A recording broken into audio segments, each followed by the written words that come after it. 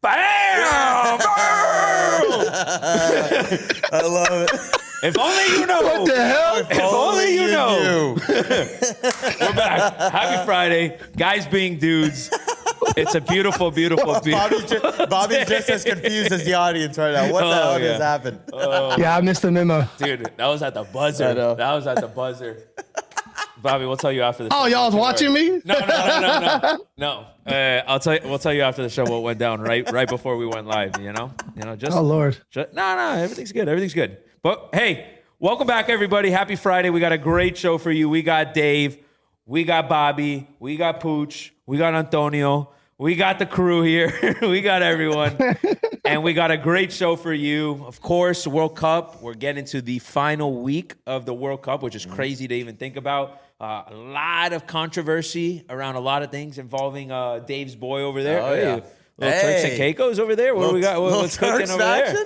Come on. And then we got some good predictions with some of the remaining games over here. We'll pick who we think is going to take it at this point. And then, of course, we got to talk LeBron. Bobby wasn't on last week, so we got to get his thoughts on the Lakers, the moving on from LeBron, and kind of this whole saga that LeBron's kind of going through right now with his agent and a couple teams. And then got a little Wimbledon also going on. There's actually a big game. I don't know if it's still on anymore, but Skinner and Djokovic were playing. They're playing right now. Skinner is up 6-4 in the first set. Ooh, legendary matchup. Yes, very legendary matchup. And then, of course, we're going to get into a little messy debate with Mr. Dave over here. Don't forget the Irishman's back in the ring this weekend. Hey. Oh, yes, that's right. And we got a little Hold on now. a little Conor UFC McGregor. 329. Yeah. Max Holloway, Conor McGregor. I like To me, that. guys. Two Irishmen. To me, I guys. think Patty's on that one too, right? I think it's Patty's also fighting on that card. I think the so. two Irishmen. I love it. That is good. Where are they doing that fight? I don't know. I feel like it's Vegas, I think. I could be absolutely wrong on that. I could I be have no very idea. wrong. Yeah. I could be very Should wrong. be it should be Vegas with Connor's return, I would Yeah, say, but I don't That's know. what I'm thinking. Yeah. All right, well, let's get into it, boys. Let's kick it off right now with, what was a difficult game for Team USA last week, just from the start, right? Yeah. It just never felt like we even had a chance in that game. I think that was one of the worst performances we've seen in a long time from Team USA. Definitely the worst performance of this current World Cup. Obviously, the anticipation and the hype, right? I mean, we were favorites, not big favorites in that game, but we were favorites in that 100%. game. And then obviously everything leading into that game with the Balogun situation, right? We became the enemy of the World Cup based off how everything kind of went down, giving them kind of like less than 24 hours notice that Balogun was going to be eligible to play. So there was a lot of like heat and hype and everything going into it. And we just did not back ourselves up, like not even a little bit. No, I'm with you. I think the lights were almost too bright for these guys. Yeah. Like, that was a moment that really could have cemented this team as a legendary USA team. Probably would have been the greatest run, I think, for us, really, like in terms 100%. of moments and how how they look. This team is the best USA team we've ever had. Yes. Even with the disappointing end. But then it also brings up the questions like, well, if this is the best team we ever had, like, is the future looking sour for us? And I'm sure we'll get to that. But in terms of this game specifically, it was, like you mentioned, right off the gate, just there was no energy. They looked sluggish. Belgium was peppering us 2 minutes in. It was like Belgium, which honestly, again, Belgium is a country that is usually good. But, like, this was one of their weaker teams, like, in the sense that their guys are older, right? They were still weren't ranked number 9 in FIFA World Cup's rankings. They weren't even playing. Kevin De Bruyne, Lukaku came in late. Like, they were playing a very young team, and they simply outplayed us from the start. And it looked like it's a very bad look for this team to come out, home field advantage. Seattle's like the hub of U.S. soccer. And then it really looked like the noise and the lights were too bright for this team, and they just kind of laid over. And so extremely disappointing. It was a very, very disappointing performance by them. Yeah. Yeah, y'all boys covered it all pretty much. But yeah, it was just disappointing because the buildup. We really started to buy in. We really had the momentum. I don't think anybody thought we were actually going to win the World Cup. But, like, I thought we could make it past this round for sure. And then, like David kind of said, it was over when it started. Like, we're 2 minutes in, and you're like, they just scored so easy. It looked like me playing with my kids in the backyard. And I was like, and then we got the free kick or the penalty kick. And so it gave us a little bit of life, and they scored immediately again. And I was like, Immediately. I didn't even get to enjoy it. I didn't get to enjoy it. I remember I poured myself a beer. I'm like, oh, baby, we're 2-1. This beer is right back. It's going to get me going again because I was down, bro. I'm like, we're going to get our butts handed to us. Yeah. And honestly, that beer brought me right back. And by the time I finished pouring it, I don't even think I got to take a sip out of it. I look up, and I'm like, holy shit, they just scored again. Yeah. And that was it. Like, that sucked the life out of us. 3-1, right? That was 3-1 at that point. The mistake goal. 3-1 was the mistake goal. No, 3. Yeah, I'm saying the second. It was 2-1. It was 1-1. Then they scored again 2-1. Yes. Oh, so we made it 1-1, right? Yeah. Okay, yes. that's what it was. Yeah, and then they scored 2-1 immediately. Yes. And then the third goal was the third goal was a disaster. I mean, that's an MLS masterclass. That is what happens when you're starting goalie and you're captain of the team, and your staple on defense are 2 MLS guys. Yeah. I mean, it is. They continues to plague us. Like, we need better guys. I mean, I was saying it going into that game, right? Yeah.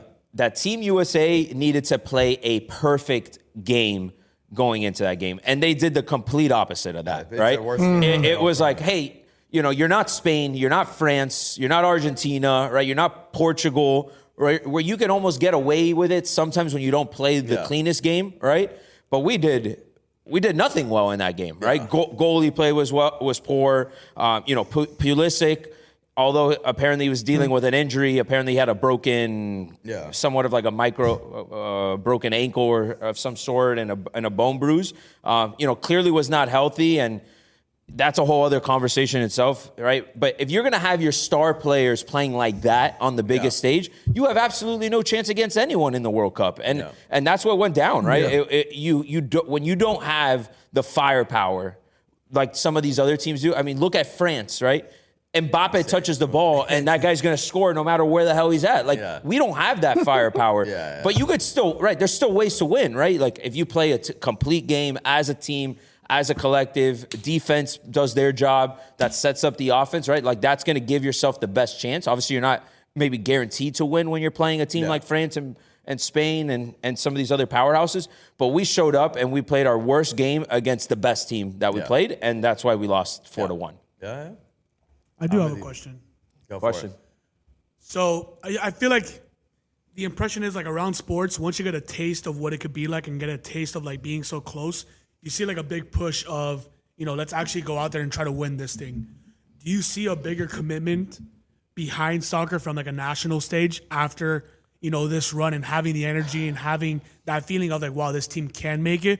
Because the things being told is that we have a lot of talent right now, young talent in Europe, that these guys are going to be the future of Team USA. I think Cole Sullivan is a name that, at 18, Manchester City already has, and we have a goalkeeper for Barcelona. Do you see, like, us actually investing into, like, developing this talent and actually going out and finding talent? I mean, let's be honest, no one on France is from France.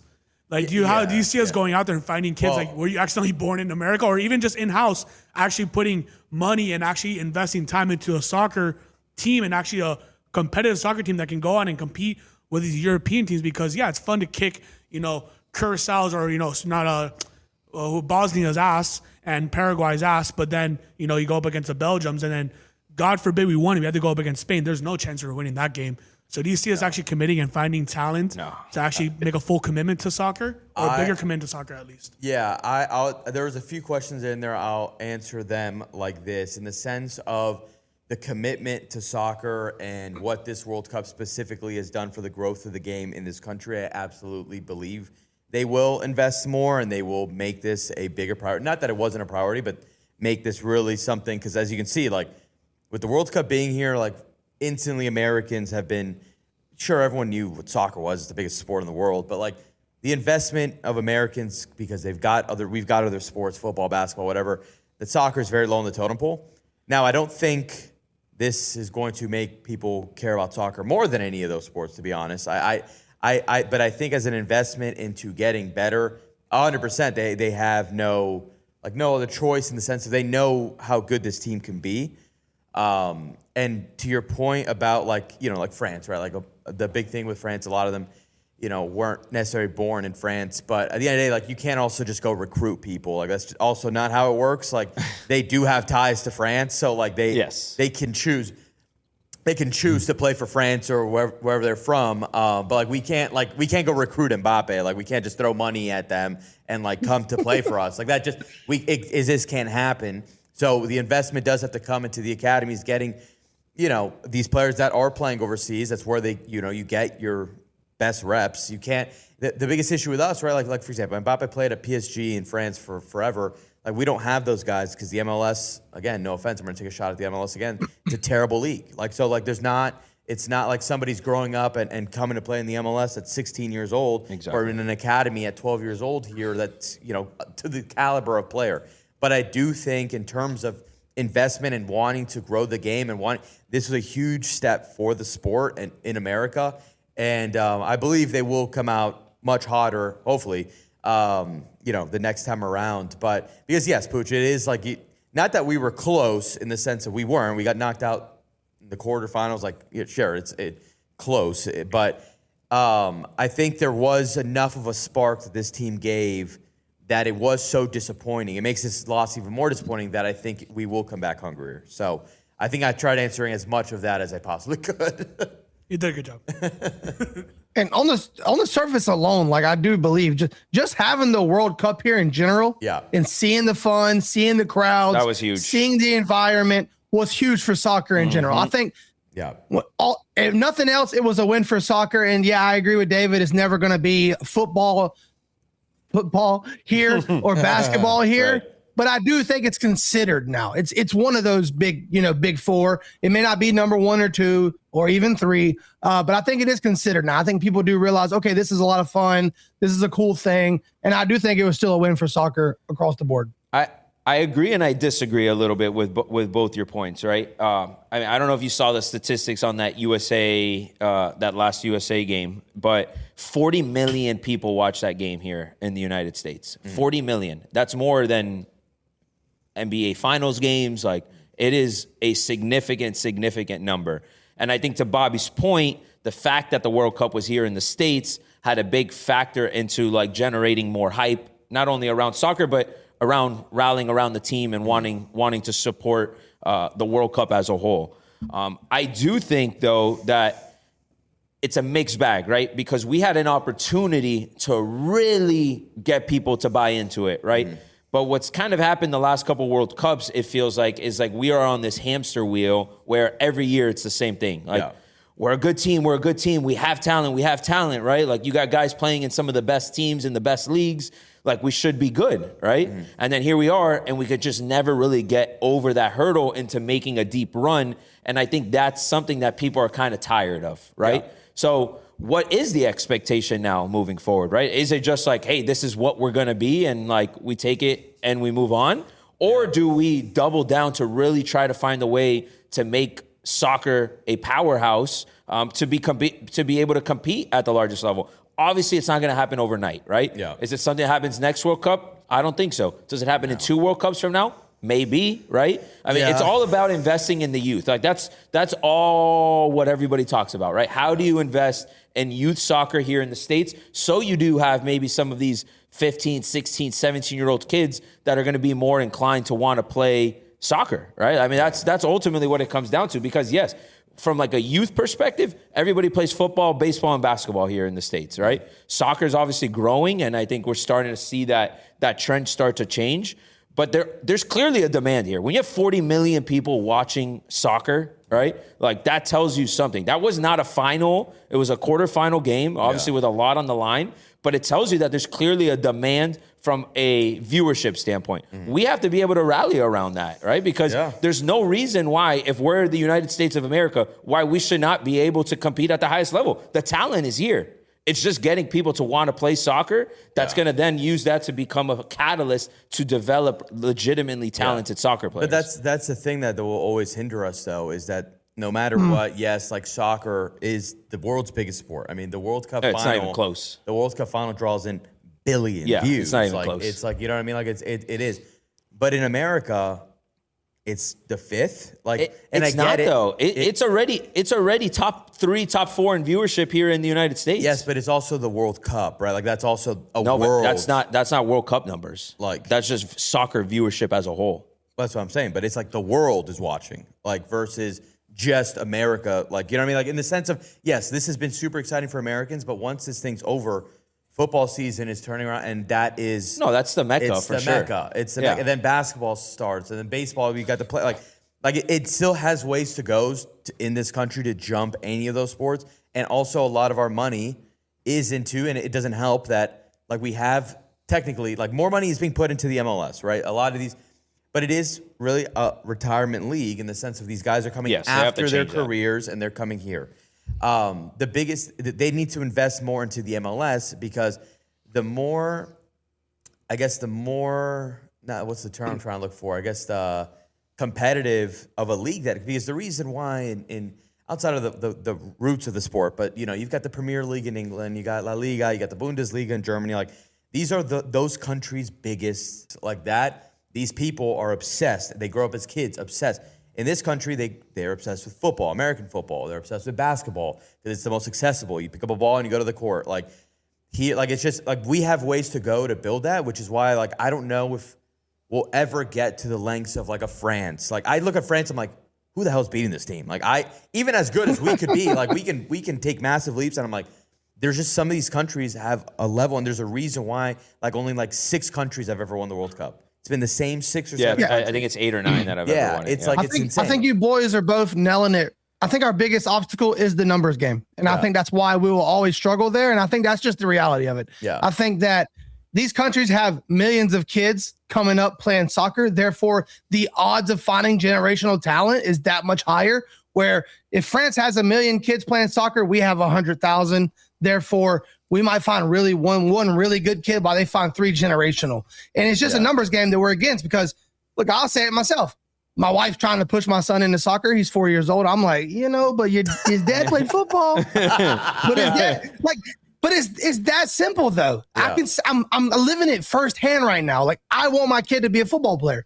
My wife is suggesting soccer because it's safer, but in America, that is the common trend. No one dreams of their kid being a soccer star. At least, not a lot. I mean, you want your kid to be the next Tom Brady. You want your kid to be LeBron James. No one really wants their kid to be the next Pulisic. Yeah. It just is what it is in America. You're going to send your kid to football, and if they don't go to football, they'll be a basketball star. If they're not a basketball star, they'll be a baseball star, and then maybe soccer. So, like, you're going to get what's left out of those athletes, and then you're going to try to hope that you find a generational talent who didn't already find success somewhere else. Yeah. And that's what we're up against, where every kid's going to go to soccer first in another country, and if it doesn't work, maybe something else. Yeah, and so, like, I hope you are right. Like, 'cause listen, again, soccer is the biggest sport in the world. I'm hoping this is a spark for this country to realize how amazing this game is. It is just like in terms of, the youth. Like we got Maxi here. He's a soccer player. But like for every Max, there's 5 guys that are playing other sports. Like, you know what I'm saying? Like a lot of these other countries, it's again soccer first, football first, and then it's and you can see it. Even basketball is getting a big international like boost because it is an easy sport to pick up. So I don't know. I'm hopeful. I'm hopeful because obviously this country is glittered with talent. We see that in terms of athletic ability, athletes that we produce across the board in other sports.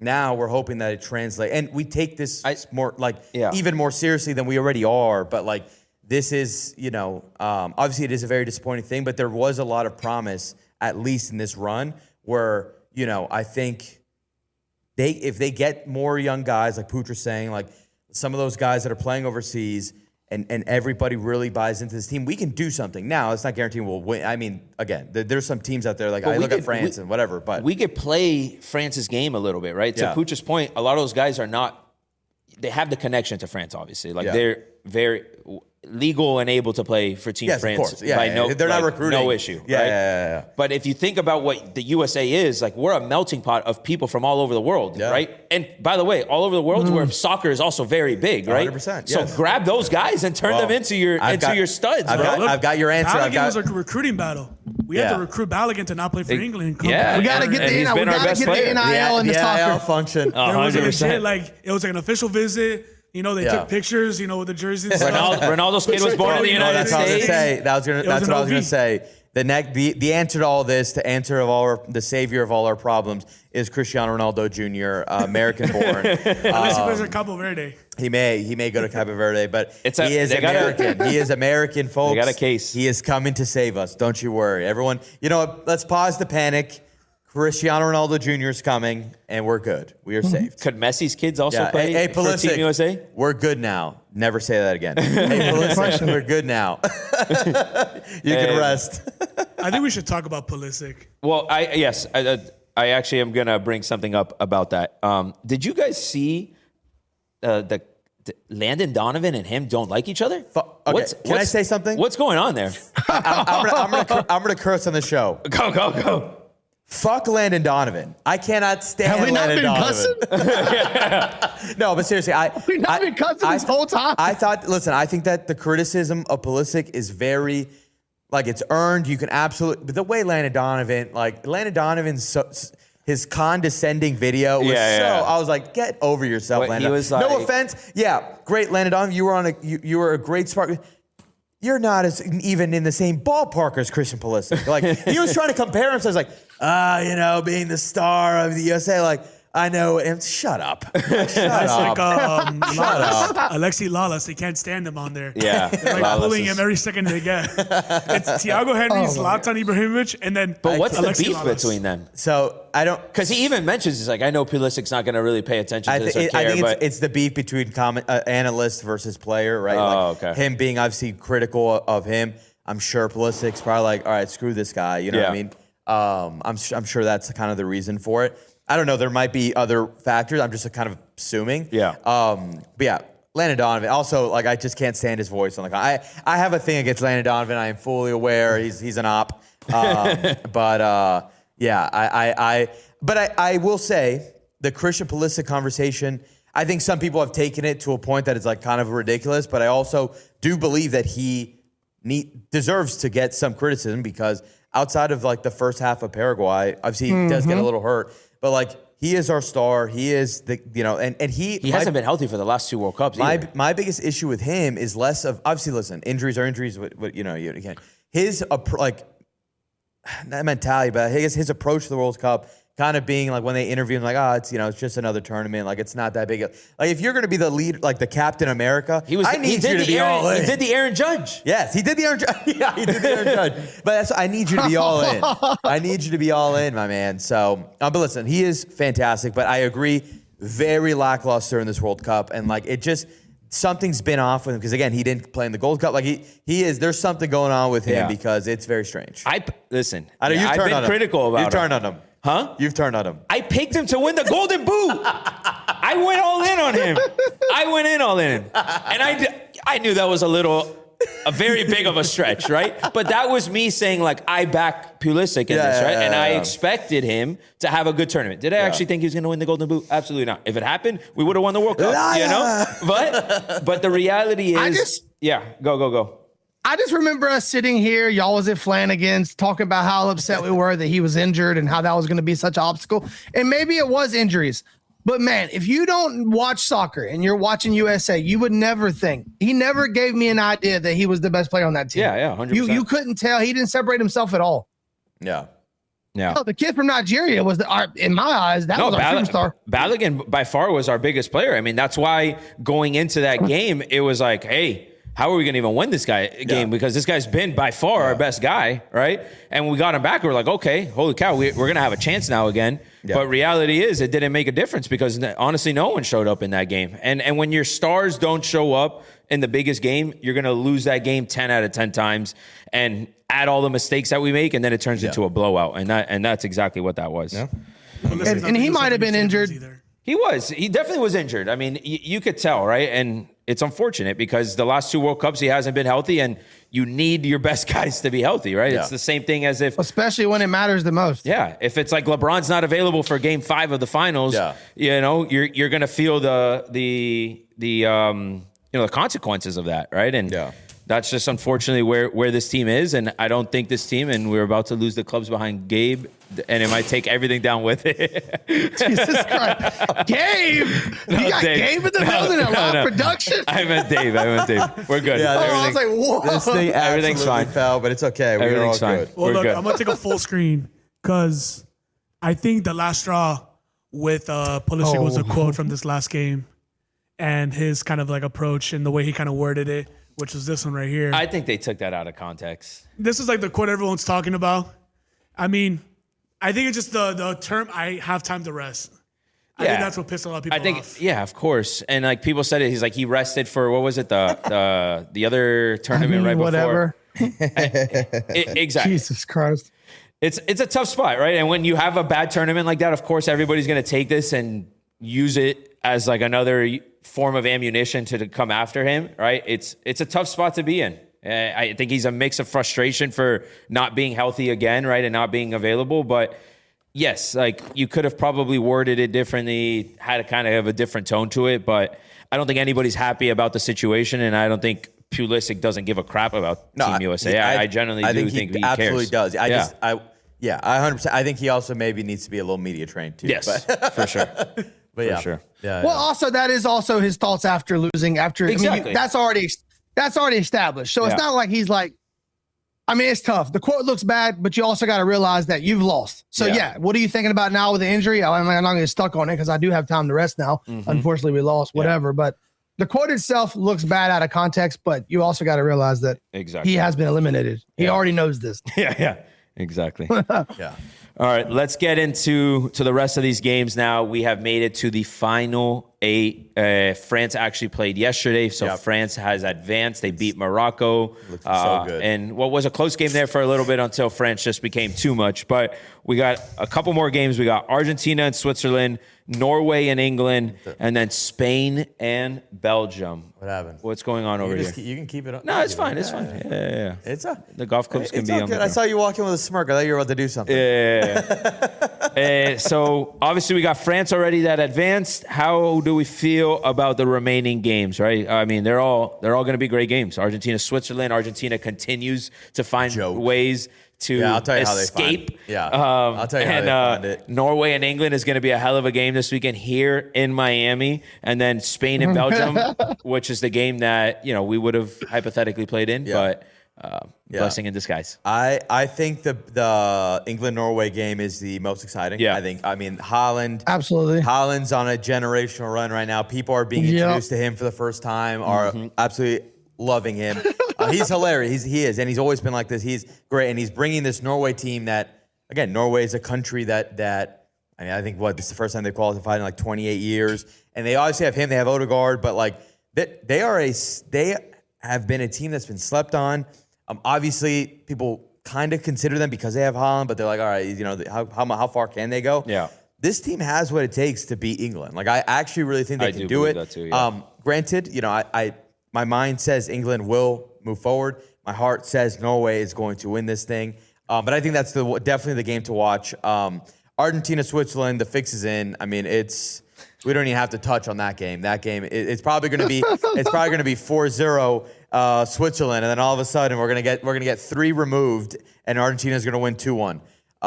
So fix is in. Screw that game. We'll talk about him later. And then Belgium, Spain.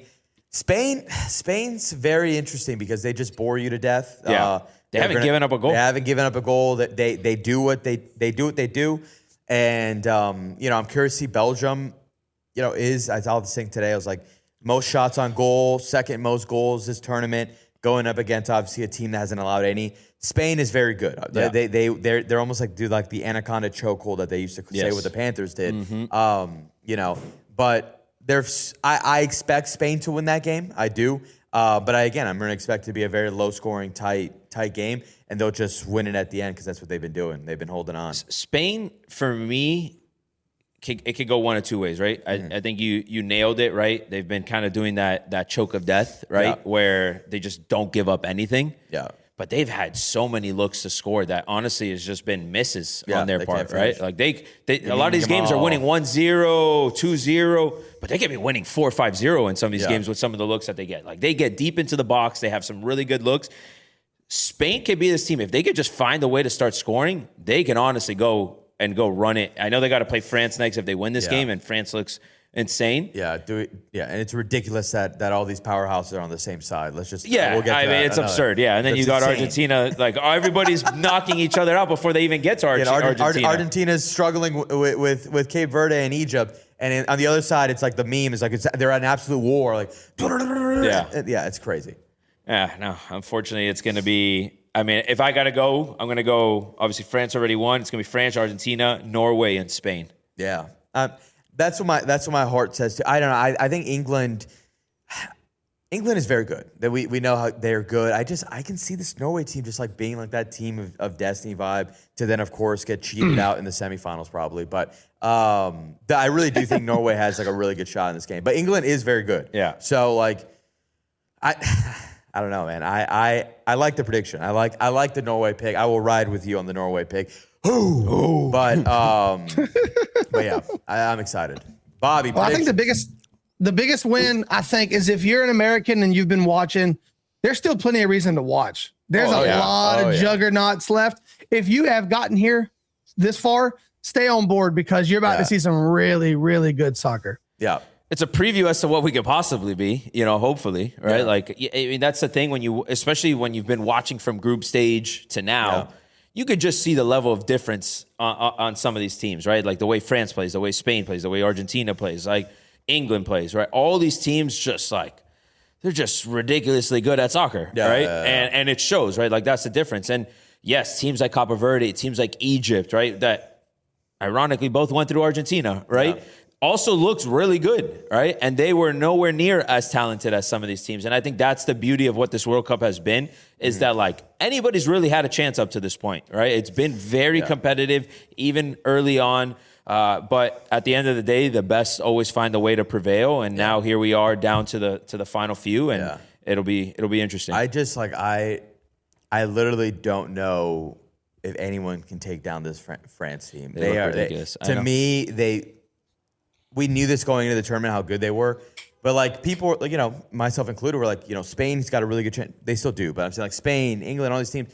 France has looked even on another level than those teams. Like it looks like it's just been France and then the main tier and then everybody else. Yeah. Like France it's diabolical. They are looking insane. I think it's France and then Spain, but I will say it's awesome to see if Messi or Haaland can carry, Norway or Argentina. It's cool to see a juggernaut really go into that mode and see if they really can catapult a team. Yeah, it is crazy how good the good players are, right? Like Messi's got 8 goals. It takes like 30 seconds to realize. Haaland's got 8 too, or 7 right now. 7. He's at 7. Mbappe's at 8. Mbappe just got to 8. Like the best of the best are showcasing themselves at the biggest stage. Right in front of you, though. Kane also. Kane's sitting at 6, I think, right now. 7. Is he? Going in, there's a 4-way tie at 7. Who has 6 then? Somebody has 6. Messi, I don't know. Dembele maybe. No, Dembele has 5 after yesterday. Yeah. I don't know, but 4. Kane is there. I'm like 90. What? He has 6, right? Yeah, Kane has 6. Oh, look at that, Max. Max, get on the damn show. Max, give your predictions. Come here. We got our summer soccer intern right here. Yes, here you can give us your thoughts. Give us your thought here. Sit on David's lap. No, look at him. Sit on David's lap. He's kicking me out of my own seat. He's been waiting. He's been waiting for this moment. Everybody, welcome Max to the show. He is our summer intern. He plays goalie for. Well, I'll let him make the intro. Go for it, Max. I don't know how to put this thing on. Oh man, off to a hot start on his first show. It's not his fault. David has a fat ass head. There we go. Well, I'm Max. I go to Belen. I play soccer. But my predictions for this World Cup quarterfinal is the same thing as you guys. But I want to go back and touch base on something on the USA thing that you guys were talking about. The only way that soccer is going to expand in this country is if we if we add relegation and promotion in this country. If not, this we're never gonna. I like that. I like that take. I like that take a lot. Yeah, 100%. The best of the best. Like it's just they're just playing with no purpose. There's no purpose. In That's the game fair. Anymore. That's very true. That's very true. Max, how'd you get into soccer over all these other sports? I was 2 years old, living in Buenos Aires, and my dad put a ball on my feet, and I just played soccer. I guess. Wow. Yeah, that'll do it. That'll do it. Buenos Aires, soccer ball. Yeah. The rest is history. But you are Team Mexico, right? Yes, I was going for Mexico because my mom's from Mexico, but unfortunately we lost to England in Yeah. a game that we should have won. Yeah, that was a heartbreaker for Mexico. Another one of those games, like a little controversial with the refs, right? I mean, Mexico's penalty that was called for us was never a penalty. Yeah. But I don't know. We've had our fair chances even without the penalty. I think we still should have won. We had the chances. Pickford played probably the game of his life as well. He did. So Yeah. that messed us up a little bit. Before we let Dave back on here, but give me your who's going to be in the final and who's going to win it all. Final, France, Norway, I'm going to go with. Oh, France, Norway. I believe in the Norwegians. I think they have a lot of help with Haaland. Haaland has helps on the wings with Antonio Nusa, Oscar Bob. He just has a lot of players that are just giving him some help. He also has a good midfield, Sanderberg. Like, he just has help all around, Odegaard. So I think Norway have a lot of firepower and they can make it to the finals, but whoever gets to the finals is just getting destroyed by France. Yeah, I feel the same way. I feel that same way. Mbappe, baby. Well, Max, thanks for tuning in and jumping in. I like the relegation take. I like the relegation take. Thanks for having me. See you guys. Much needed break from David. Thanks, dude. Let's go. Oh my God, David, missed you so much. Dude, it's crazy how much like Max literally just mogged the hell out of Bobby, dude. He just absolutely cooked him. Yeah, it's funny how Pooch had to just zoom out 4 times to get you back in frame. That's crazy. Wild.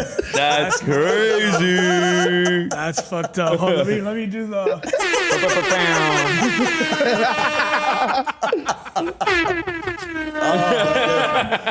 There's no coming back from that one. Oh, we need to use that more. I forgot we have that. I know. I forgot it's there too. Max was like, he was here playing with it the whole time. He was like, Pooch, why don't you use this? Yeah, like, I'm good like, question. honestly, I forgot it's there. Yeah. That's funny. All right. Well, that's it about my World Cup. God. There you got it. We're going France and Norway in the final, right? I think we all would like that one. I wouldn't mind Spain also. Spain would be cool. I'm down for that. But I think on that other side, we're all kind of rooting for Norway. Like that's Yeah, just 100%. I am absolutely. Yeah, that'd be cool. yeah. All right. Let's talk some Mr. LeBron James in the NBA. Bobby, he is officially done with the LA Lakers. You can officially move on. The Lakers have made a lot of moves since that day, and we didn't get to talk on it as much. So you know what? We'll give the floor to you, Bobby. Tell us about how you're feeling about your Lakers, and what do you think about this LeBron saga going on? Yeah, I think first and foremost, I'm just glad Wingo's not here to try to give you some bull. yeah. Because I know he was spinning webs that day. Oh, my God. But He no, I mean, did look, say that LeBron was going to be on the Heat on Monday. So here we are Friday, and nothing's absolutely happening. Yeah. I was gonna say I'll go ahead and double down there since you brought it up. Wingo sent me a LeBron gift this morning in a Heat jersey, and I assume he's thinking LeBron's on his way. And Wingo is plugged in pretty good. Holy shit, my cat's been sleeping behind me this whole time. It's freaking me out. Holy shit, I thought it was Batman. It's Wingo. It's Wingo sneaking up on you. He sent the back signal. Wingo is plugged in the agent world, and he hears a lot of things. He talks to a lot of different people. So, hey, that could be something there. There's definitely a lot of steam. It's not like that would be a surprise to anybody at this point. I don't see it with Philly. Before I get too much on tangent, I don't see it with Philly because Joel Embiid is wet toilet paper. His knees could snap at any second. Now you went to Philly for what? And I just don't see that one. I really think it's a Cavs just for the legacy thing or the Heat because he's already played there. I think the biggest point I've ever heard in this whole process about LeBron and where he'll play is I think LeBron's a big legacy guy. And I don't think he wants to go to a new city for one more run that means nothing for him. So I really do think it's the Heat or Cavs. With that being said, I want to say this first before I seem like I do not give a damn about LeBron leaving the Lakers. It's never a bad thing to have a guy like LeBron on your team. I don't care if he's 50 years old or 30 years old. Losing his brain alone is a loss. Yeah. But I do want to say, I do not feel like it's as simple as the public is trying to make it. I think the Lakers were moving in a different direction and allowed LeBron to do the public breakup and handle it his way. I also think it's kind of crazy because if he was willing to take the vet minimum, he'd probably be in LA and this would have never happened. Yeah. But now he's all like, I'm willing to take whatever, do whatever. I'm willing to be the third man, but it was a problem when it was Reeves and Luka above him. So it just seems a little LeBron to me. Yeah. I'm not going to sit here and hate on him, though. He came here. He won a championship. That's all I need. You came here and got hardware. There's nothing bad I could say about you. I know, like, when he left Miami the first time, a lot of people were mad at him. But, dude, he brought championships to that city. You can do whatever you want at that point. You come here and you do the job, and he did it twice for y'all. Yeah. I feel like you can leave. With that being said, it'd be cool to see him back at Miami. I think that'd be electric for you guys, for the sake of this show, for the sake of the city. It's on fire right now, so I think that would be awesome. So sick. The Lakers, they had to get Kessler. I think if you don't go get Kessler after LeBron publicly breaking up with you, it's a bad offseason. Yeah. Reeves obviously comes back on the max. Getting Kessler, and who people don't realize, this is the best big man that Luka Doncic has had in his whole career. I think that's going to be huge. I know we're still talking maybe getting damn it, what's his name? Is the dude from the Hawks? Dude from the Hawks. Is it Okongwu? Hold on. Onyeka Mabanga? Okongwu? Mabanga? Yeah, something like that. Babanga? La Banga. Anyways, an electric high riser, lob threat, also to add to this team. I think as far as the money goes, I didn't think we could do as much as we did. But that also goes back to my original point when we had Grievous on here. Yeah. If you're not paying a guy like LeBron, there's so much more you can do and build a team. Yeah. And that's why I always said, if LeBron would take a pay cut, I'm all about it. But we're not going to build a contender with LeBron on the team at a max slot. LeBron leaves, you see the correlating moves. I think they built a damn good team. They're still missing a couple pieces. I don't know if, like, we're winning a final still. But I do like what they have done, and I think they did better than they could have in a lot of ways. I mean, I think there's still just a lot of moves still to be made in this NBA kind of like off-season free agency, right? Like I think everybody's still trying to figure out. I think obviously LeBron is a big domino effect as to what else will happen around the league, right? I mean, I don't think a lot of teams are actually in contention for LeBron, so I don't know why there's certain teams that aren't making moves right now, but I think LeBron is kind of just like the tipping point that then starts, igniting moves across the league. But at the end of the day, right, like whether you're the Lakers, you're the Heat, right, you're a lot of these, even Boston, like with Boston and that Jaylen Brown trade, like they have, as much as people are getting, as much as Celtics are getting criticized for that move, they have a lot of flexibility now. Like they have draft pick capital that they can use for trades that if they just want to go get another superstar, they could, right? Brad Stevens went and spoke about how they needed to just like open up cap because if you're going to pay Jaylen Brown and Tatum, like, to your point, Bobby, you can't build a roster, right? Like your hands are tied and all of a sudden you can't really build a team around them. And that was what Brad Stevens was seeing. He's like, yeah, we could be a contender now, obviously, with these two guys, a legitimate contender, right? But at the end of the day, if we're going to look about what this team's going to look like in 2, 3, 4, 5 years, we're going to be screwed compared to the rest of the league, right? So they have flexibility. And I think that's ultimately what you need. And eventually, like what the Heat did, right? Our hands were tied for the longest time, right? Because it was like, you have Tyler Hero's contract, you have Bam's contract, right? You got Wiggins, you got all these pieces. And even before that, right? With Jimmy, it's like you felt like you had a contender, but when you have to make a decision, when things are just not working out anymore, right? Especially you're just in the play-in game every single year, you're an 8 seed, you're just fighting for your life every single year. It's just not sustainable, right? And I think that's what finally was the tipping point for the Heat to say, hey, we need to go get Giannis. And yeah, we're going to give a haul. But guess what? We now have a legitimate contender. And now here, by the way, LeBron's available. And you have a chance to go get LeBron as part of this now team that you could try to build right now, right? And I think that's what you have to be, right? You got to be in this kind of like win now mode all the time, especially when you have pieces already, right? Bam, Donovan Mitchell, right?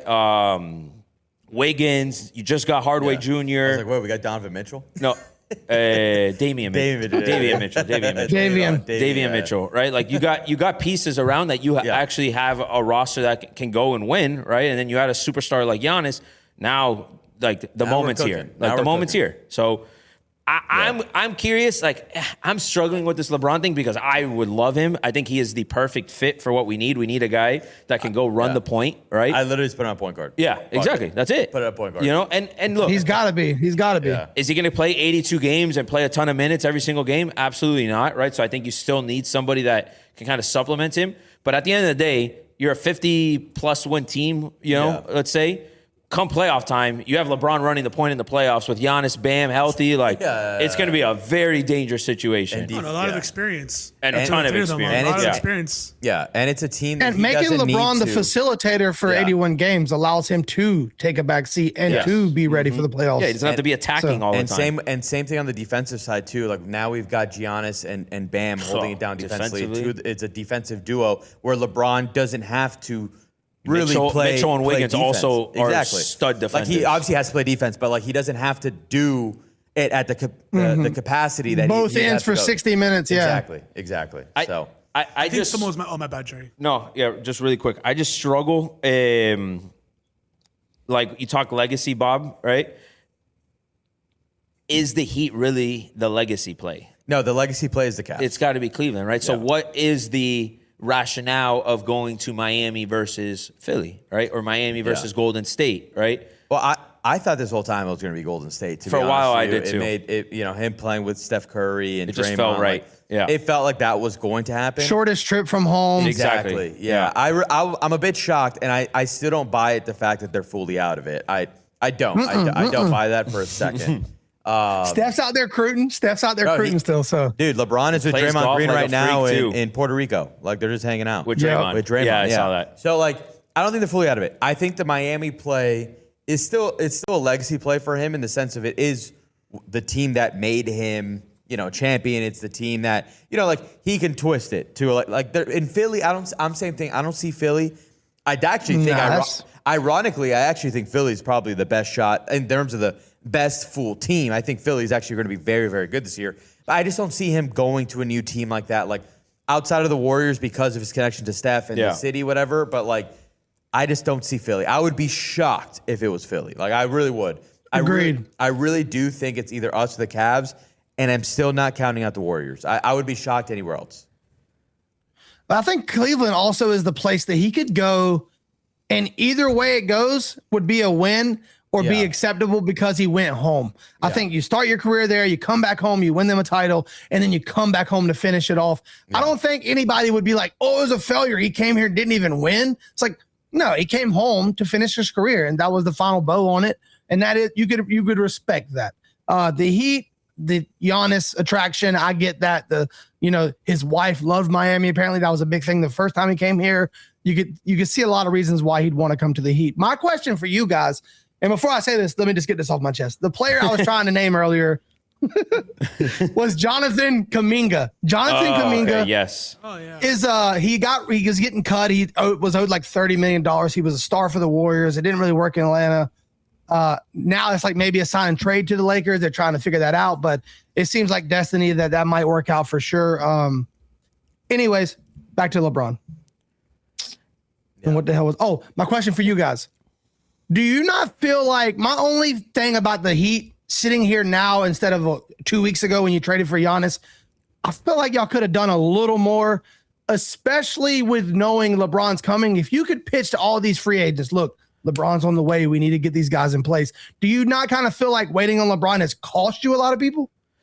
No. That's the thing. No, because I don't think much has happened, honestly. And plus, we got Giannis. Like, that is the biggest whale of free agency. So, like, no, Giannis definitely is, but like Simmons was supposed to be a big, like, get y'all a shooter out there, and he goes. Where I don't even remember where he went. He might have went to fucking Philly. The thing as is, well. once we got Giannis, our hands were already tied because we really didn't have much money to play around with to begin with, think right? I think more of a Norman cap Powell situation. was one of those things like, do you try to keep him? Will he be willing to take less to stay? He obviously was like, nah, I'm going to go get paid, right? That should have been a sign and trade situation for y'all, though. Yeah. I think just letting him go was tough. Yeah. But at the end of the day, it was like, we got Giannis, and that was going to be what was going to be the recruiting angle to just bring in anybody that wants to just be here in Miami and then now go and try to win a ship with Bam. And we're talking a lot about Giannis. By the way, over the course of the last couple of years, a lot of people also want to play with Bam. Yeah, Bam is a huge part. But second best scorer in NBA history. Yeah. Well, Bam is your ideal Robin to a Batman. Yes. Robin to a Batman. Because if you're a superstar, just like Kobe was.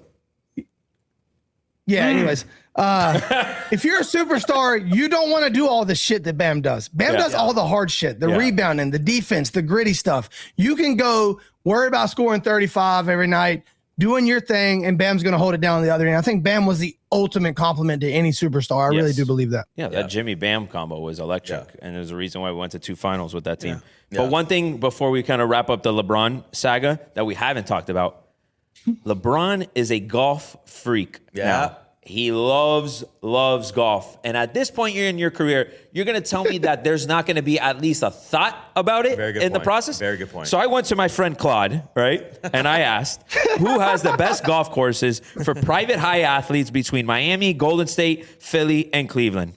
You guys ready for this? Claude goes, Miami wins outright. There you have it. I mean, we're kind of like joke. I actually think that very much could be a factor. I'm not saying it's Rich. No, 80% of the decision, but there's maybe a 15% part of the decision. How about his agent, Rich Paul, having a podcast and breaking this down step for step? Yeah. He literally said, we're looking for golf. We're looking, that's part of the pitch. We're looking for good golfing. Lagor's Country Club, contender. I'm sure, is calling LeBron James right now. You can't play year-round in Cleveland or Philly. Absolutely You can not. only play that here, and I guess maybe a little in San Fran, but no, it's not like here.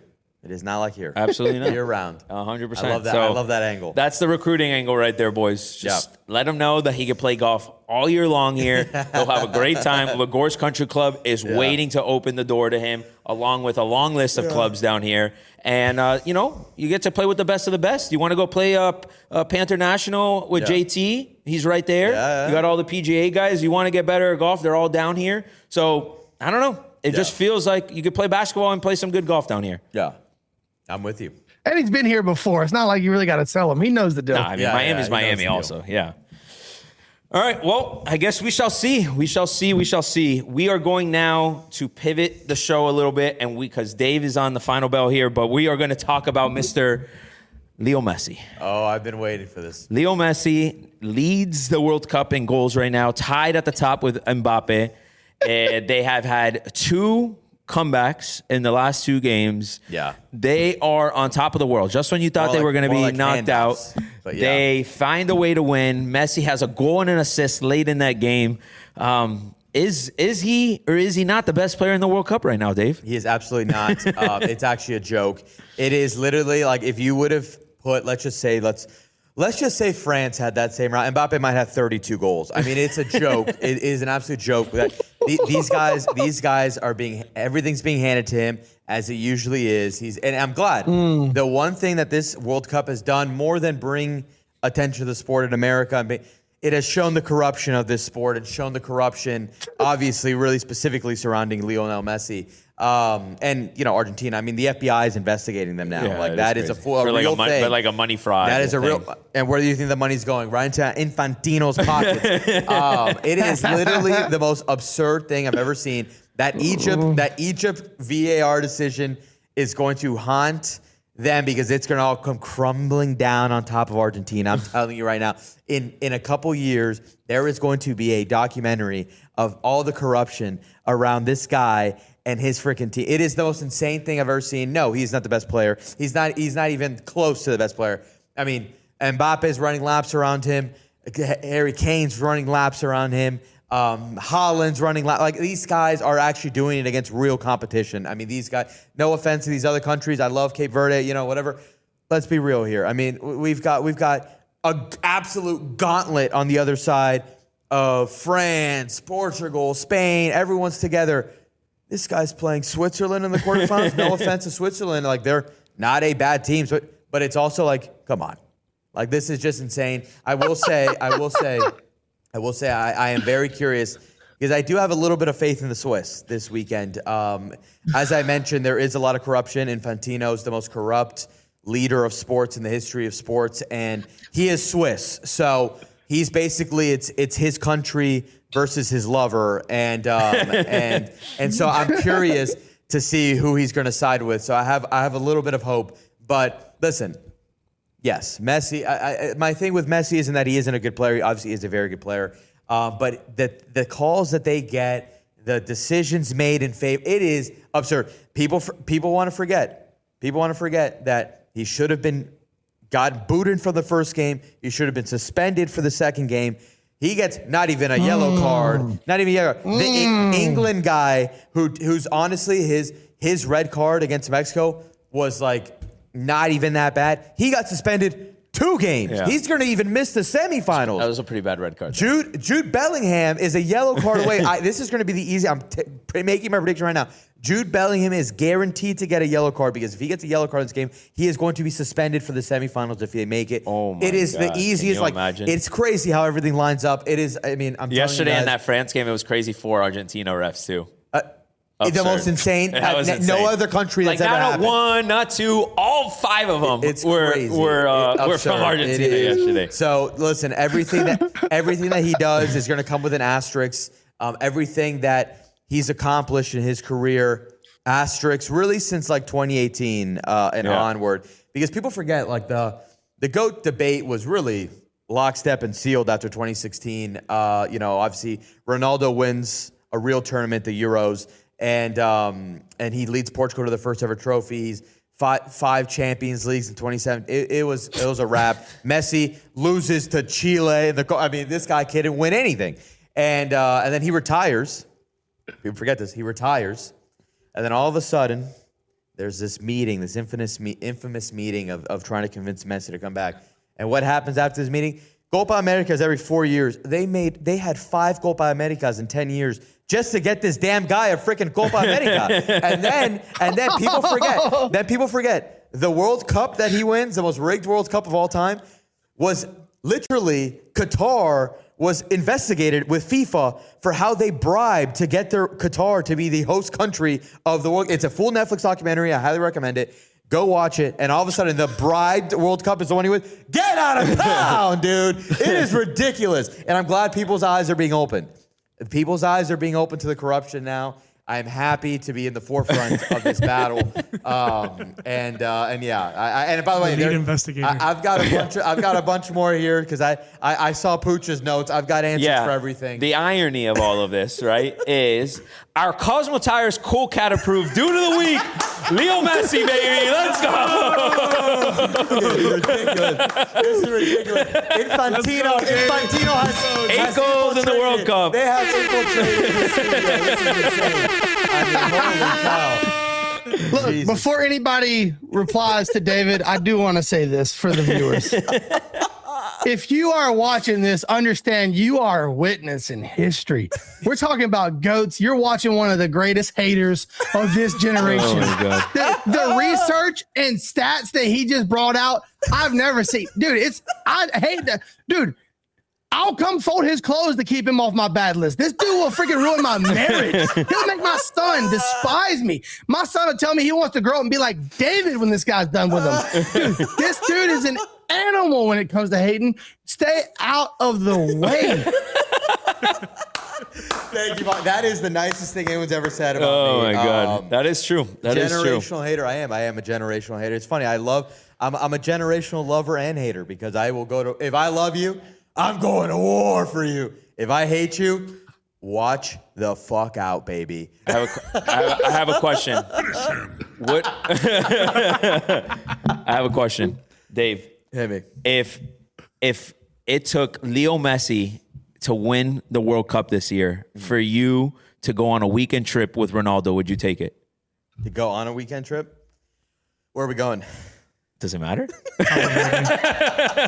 He don't need a weekend trip with him. He's already sucking them. That's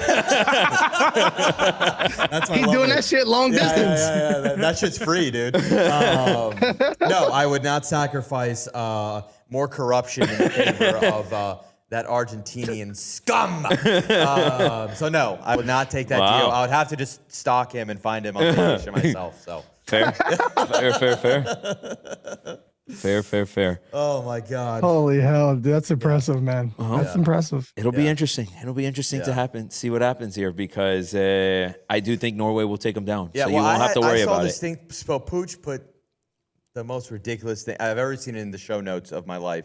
does Messi have the most impressive international career? Yeah. That is actually one of the honestly, Pooch, the stupidest thing I've ever heard in my entire life. Listen, I was going to that say, is Max wrote the show notes. dude.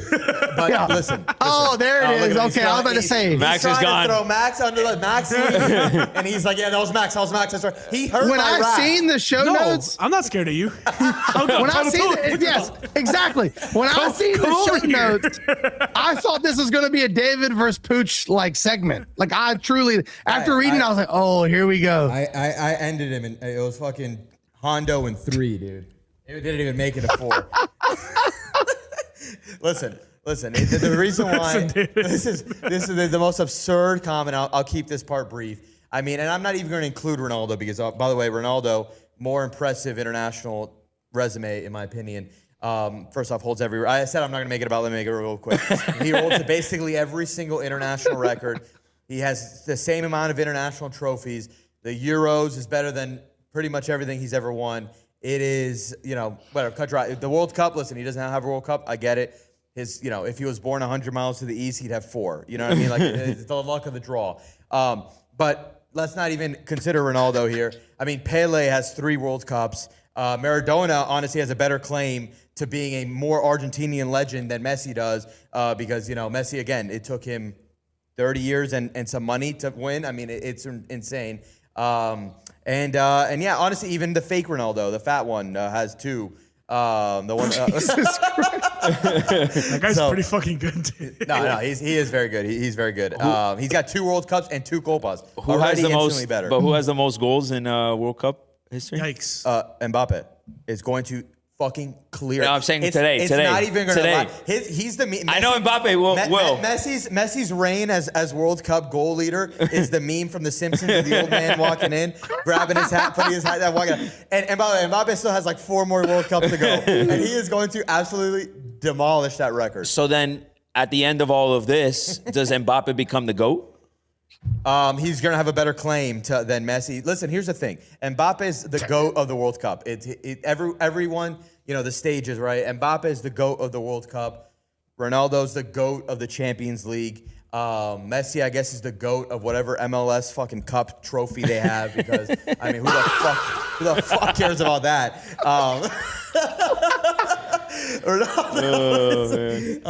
Yeah, and listen, this is where I will end it. My quick rant here is going to be Quick rant. Argentina before Messi had 22 trophies. Messi in his 20-year career has 3, and again, it's taken the last 5 years of his life with the amount of money they have funneled to make that happen. Portugal before Ronaldo, 0 trophies, 0 relevance. No one even knew Portugal was a country. And now, 3 trophies later, absolute superpower, and it's all in the backs of Cristiano Ronaldo, and that is my mic drop, folks. Poochie, change the damn dude of the week. Oh man, that was. Oh, man. That was actually my mic drop moment because I do gotta go, but that was gas. Well, that's a great way for Dave to end it. See everybody next week. Holy hell, man. History. That's great. That's greatness right there, boys. That was phenomenal. That was phenomenal. That was phenomenal. Oh, my God. Legacy hater, bro. Holy shit. Fucking jersey in the wrap. Oh, no. Oh, no. Oh, my God. Oh, my God. We're going to get flagged for violence. We're going to get flagged for violence on the show. Well, yeah, there you have it, ladies and gentlemen. Dave left you with a lot of things to think about around Messi and everything Argentina. But we're going to wrap this one up with, a little bit of a post-July 4th kind of debate here. How many dogs do you think you can eat in one sitting, Bobby? Because we've seen Joey Chestnut just dominate the hot dog eating contest. Do you think you have even a fighting chance of even, now obviously not getting close, but putting anywhere of a number down? I have often wanted to test this theory, but I've never been in the situation where there was 100 dogs in front of me to try. So Fair. Luckily for me, I have never tried. No, dude, you can't. Dude, these guys are incredible athletes. Like, dude, it's insane. Joe, by the way, did you see the one dude throwing up the lemonade? Yes, the lemonade, bro. That was this. Bro, that would have been me after eating like 13. How do you not move? Like, just like at least turn around. He's just there standing like Heaving. and didn't even think like, you know what? I'm throwing up in front of a bunch of people. Let me just like at least turn around and like make an attempt to not vomit in front Dude, of. let's be honest though. At that point, he was in such a bond. There was nothing to think about. No, yeah. His body was locked up, dude. Insane work. With that being said, awesome content idea. Yeah. We should do a hot dog eating We competition. should. I did a croqueta eating contest about a couple months ago, and I'm thinking, I remember that. I'm thinking I'm gonna chow these things down, bro. Bro, they were basically the size of a freaking hot dog. The bro. real deal ones. Yeah, dude. I'm like, dude, I'm gonna eat 4 of these in a minute, maybe. I think I ate 4 actually. I think 4 was the number I got to, which put me in second place. 5 was the winning number. So it was a valiant effort. But you see what Joey Chestnut does, and he's downing 70 in a minute, hot dogs, something crazy like that. It's absurd. I genuinely don't know how someone can fit that much hot dog in that amount of time. Like maybe an hour. We haven't seen someone put down. We haven't seen someone put down glizzies like that since David just gobbled up Ronaldo's glizzy. I mean, the conversation has to be had as far as like greatest athletes ever, right? I mean, he's got to be in that conversation when you talk about level of dominance from someone in their respected. He's lost like one. If you want to call it a sport, but in their respected craft, right? I mean, he's got to be one of the goats and the pillars of like just being that dominant at what you do. I don't know anyone that's as dominant as something as like that's what you do, right? I mean, I don't know. Has he even lost? You said he lost. I think he lost like once in the last like he must have been sick 10, or something. 15 years. Like what once was he might have been out. Who beat him? I'm looking it up. What was? If you're old like me, there was a Chinese or a Japanese. Yes. I don't want to offend anybody. Yes. That guy. That's why Joey Chestnut's so impressive to me, because before him, I'm trying to figure it out. I can't find his damn name anywhere. That's how long Chestnut's been dominating. Because Stoney was like, I don't know. No, it wasn't that. Hold on. Let me see if my phone wants to work. I mean, do you put him like in the Michael Phelps conversation for like most dominant athletes in their sport? Because Michael Phelps dominated swimming. Yeah, I mean, I guess you have to. The first conversation has to become: is hot dog eating contest a sport? Kobayashi. You can die. I mean, yeah. What was his name? Kobayashi was the man before Joey Chestnut. The little dude too. He just tiny, going crazy. And dude, Joey Chestnut came in and said, "Hold my beer." But how many hot dogs did he do? Like, what was his most ever? 66 hot dogs in 10 minutes. That's crazy. And they actually have a Netflix, I think, was Kobayashi versus Chestnut. They went after it like 2-3 years ago, and Chestnut won again. Yeah, so the official record is Chestnut at 76. In 10 minutes? In 10 minutes, bro. That's the thing, like 10 minutes, like how are you not like choking, dying, or are they just don't choke? Like it's insane. I don't know what they do, but that much no one could. I couldn't do that probably in a day. That's what's so impressive about it. If you gave me 100 hot dogs and let me sit in that studio all day long, I don't think I could eat that many hot dogs. But that's the whole thing. It has to be done in such a rapid amount of time because you don't have. So your body doesn't catch up. Exactly. Okay, yeah, that makes sense actually. Because he's probably just. I mean, I'm assuming he's just throwing that up immediately after. I've always wondered if they walk off stage and go behind the stage and like all throw up, or like how the fuck does that work? I have They're definitely not digesting all that. No, absolutely not. Your body can't. Could you imagine the shit? Could you imagine the shit you take when you get back to your hotel room? Bro. Chunky hot dogs, just Vienna sausage. Stop. That's terrible, bro. Mother of God. Oh my God. No, but there has to be a conversation about him. Obviously, it's competitive eating, but like it's a sport, man. These guys train. Apparently, I think it's a sport, man. You gotta push your body to certain limits. They're eating a whole I guess like a stalk of lettuce just to like open up their stomach, and they're expanding their stomach, and they train their stomach to like have this expanded size. Like they're like physically changing themselves for this. Like the same way you get jacked to play whatever sport, they're training their stomachs to hold all this down. Like it is impressive. 76 hot dog. You know what 76 hot dogs is? That's insane work. You know what space how much take up? Like it's probably just coming out of his esophagus at some point. Joe's saying that the over-under for the boys would be 8.5. In 10 minutes? We gotta run it. We're gonna have to. We'll do. We're gonna have to when we come down there for the beginning of the year. Yeah. Let's just go ahead and put that on the books. Let's do it. One of the days we're gonna take a day and just destroy hot dogs. And Nathan's, I assume.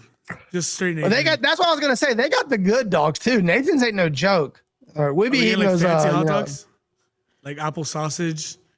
We're just going plain Jane. No, you got to go plain Jane. You have to. plain Jane, dude. I mean, I did do the 9 dog, 9 beer challenge at the Marlins Park he almost got last year. And I did. I almost got it. Honestly, if they made it to the bottom of the inning, it's just the Marlins are so good that they just win games at the top of the ninth. Well, this was last year. Yeah, This they were wasn't good this last year year's too, though. Marlins. This is They were, last year's they were good Marlins. last year too. I consider myself a pretty good eater.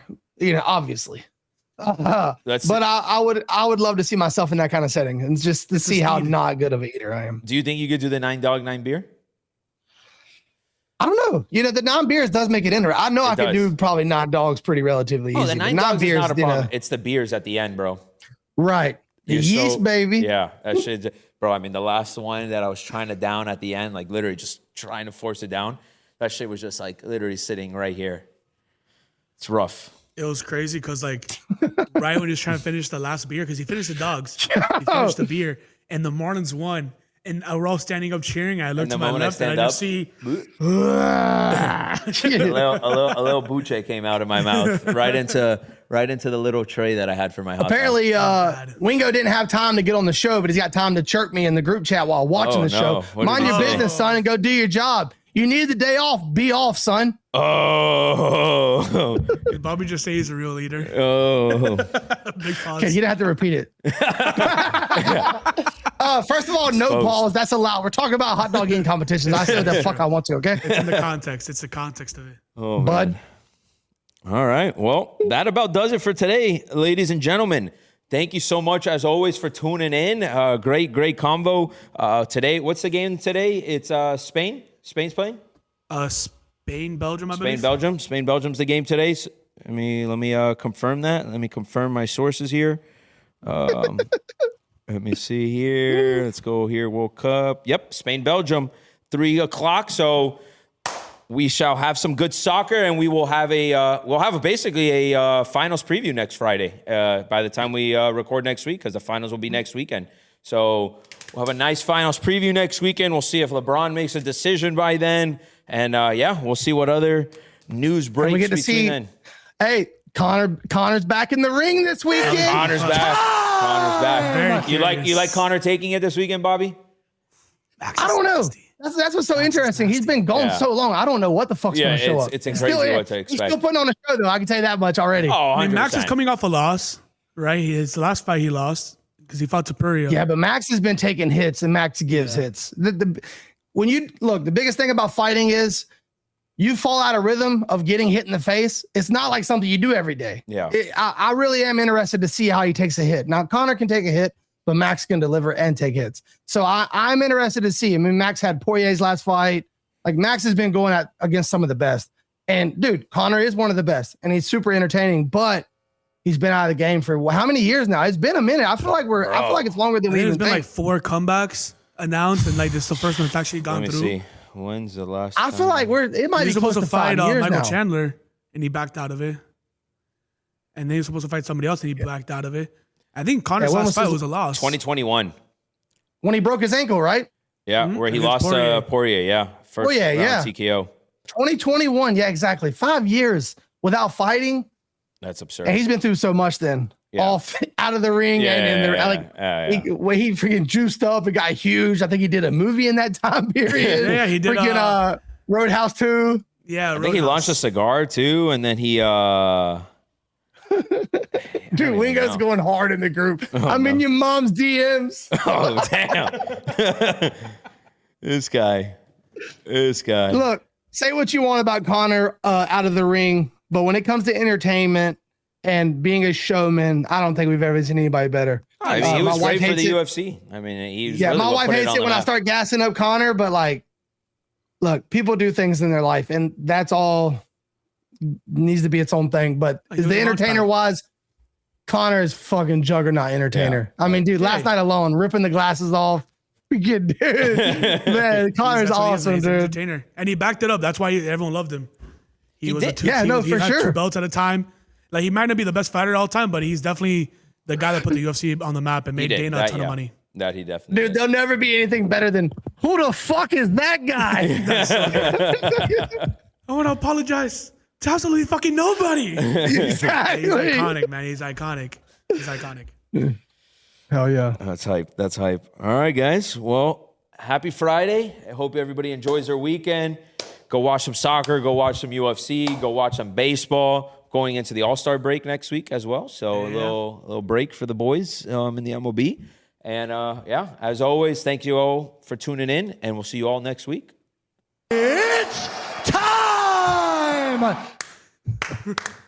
And on that cue,